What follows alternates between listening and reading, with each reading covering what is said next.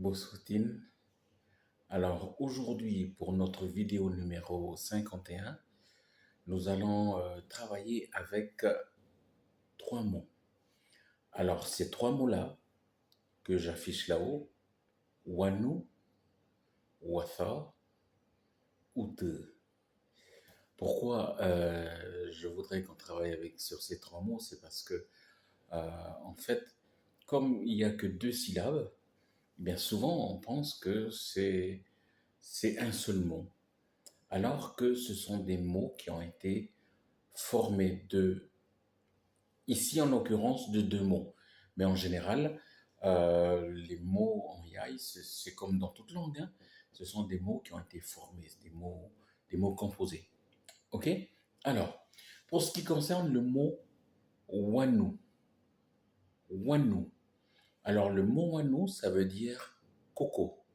Le coco, hein, le fruit du cocotier. Alors, pourquoi on appelle wanu? Eh bien, tout simplement parce que vous avez le mot wan. Wan, ça veut dire le fruit, et le mot nu. Et nu, ça veut dire cocotier. Donc, wan nu, c'est le fruit du cocotier. Donc, coco en yai, ça se dit wan nu, donc le fruit du cocotier. Ensuite, nous passons au mot watha. Watha.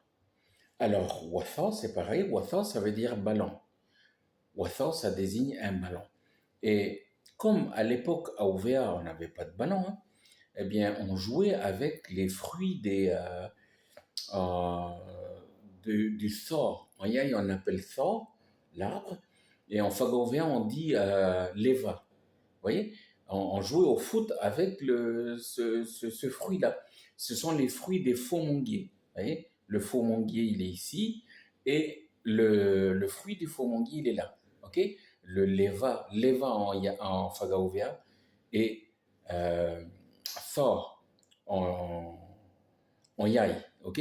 Et souvent, on dit one thor. One thor, c'est le one thor, c'est le fruit du thor. OK? Le fruit du faux-monguier. Donc, comment a été formé le mot ballon en yai? Eh bien, ça a été formé du mot one, qui veut dire le fruit, et thor, qui veut dire faux-monguier. OK? Voilà. Ensuite, le mot ute. Ute. Ute, ça désigne un bois. Et nous, on pense souvent que, bon, ute, bon, il n'y a que deux syllabes, normalement, c'est un seul mot. Mais non, ce sont deux mots. Parce que ute, ça vient du mot out, qui veut dire un petit bout, out, et ça désigne le bois, ça désigne une lance, ça désigne une sagaille. Voyez? Donc, out, c'est devenu out, donc c'est devenu le bois. Voilà pour aujourd'hui. On s'est amusé un peu avec trois mots.